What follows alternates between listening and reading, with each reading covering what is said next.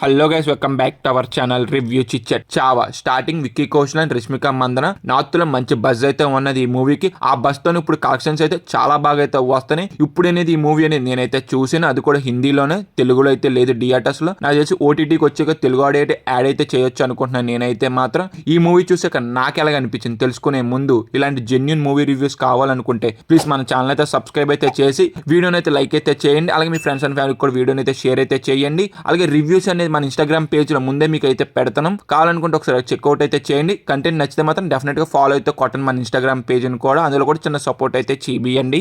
Plot ఏంటంటే శివాజీ మహారాజ్ చనిపోయాక Maratha Kingdom ఒక ప్రైమ్ అనేది అయిపోయింది అనుకుంటాడు ఔరంగజేబు నుంచి మన శివాజీ కొడుకైన శంబా రాజ్యాన్ని ఎలా కాపాడుకున్నాడు, అసలు ఏం చేశాడు అనేది ఓవరాల్ గా మనం మూవీ చూసి అయితే తెలుసుకోవాలి. ఇంకా ఓవరాల్ గా మూవీ అయితే మాత్రం నచ్చింది. అలాగే లాస్ట్ 40 మినిట్స్ అంటారా, నాకు చాలా బాగా అయితే నచ్చింది అబ్బా. డెఫినెట్ గా థియేటర్స్ కి అయితే వాచ్ అయితే చెయ్యండి. చాలా బాగా అయితే నచ్చింది నాకు మూవీ అనేది. డెఫినెట్ గా అందరూ వెళ్ళి చూడాలి ఈ మూవీని. మూవీ స్టార్ట్ అవుతూ మంచి ఇంట్రెస్ట్ అయితే స్టార్ట్ అయింది. అక్కడ లైన్ తో ఒక యాక్షన్ సీక్వెన్స్ అయితే ఉంటే చాలా బాగా నీట్ గా డిజైన్ చేశారని చెప్పొచ్చు. మరి ఓవర్ ద టాప్ వెళ్ళకుండా ఎంత వరకు ఉండాలి అంతవరకు పెట్టి మంచి ఇంట్రెస్ట్ గా అయితే చూపించారు మూవీలో.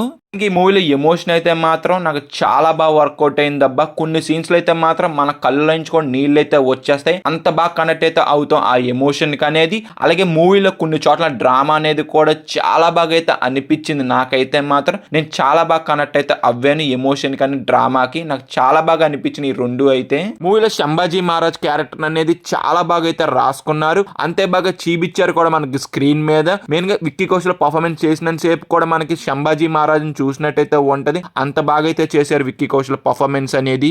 మూవీలోని యాక్షన్ సీక్వెన్సెస్ కూడా ఎక్కడ కూడా లౌడ్ గా అయితే ఉండదు, చాలా నేచురల్ గా అయితే ఉంటాయి యాక్షన్ సీక్వెన్సెస్ అనేది. చాలా బాగా నీట్ గా ప్రెజెంట్ చేశారు అయితే అనిపించింది. నాకు బాగా అయితే నచ్చినాయి అబ్బాయి యాక్షన్ సీక్వెన్సెస్ అయితే.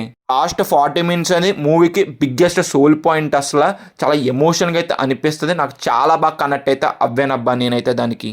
మెయిన్ గా స్క్రీన్ ప్రెసెన్స్ అయితే మాత్రం చాలా రాయల్ గా అయితే ఉన్నది విక్కీ కౌశల్ది. ఇంకా పర్ఫార్మెన్స్ వైజ్ అయితే మాత్రం రష్మిక అండ్ విక్కీ కౌశల్ అయితే చాలా బాగా అయితే చేశారు. ఇంకా టెక్నికల్ గా కూడా మూవీ చాలా స్ట్రాంగ్ అయితే ఉన్నది. విఎఫ్ఎక్స్ వర్క్ కూడా ఉన్నంతలో చాలా బాగున్నది.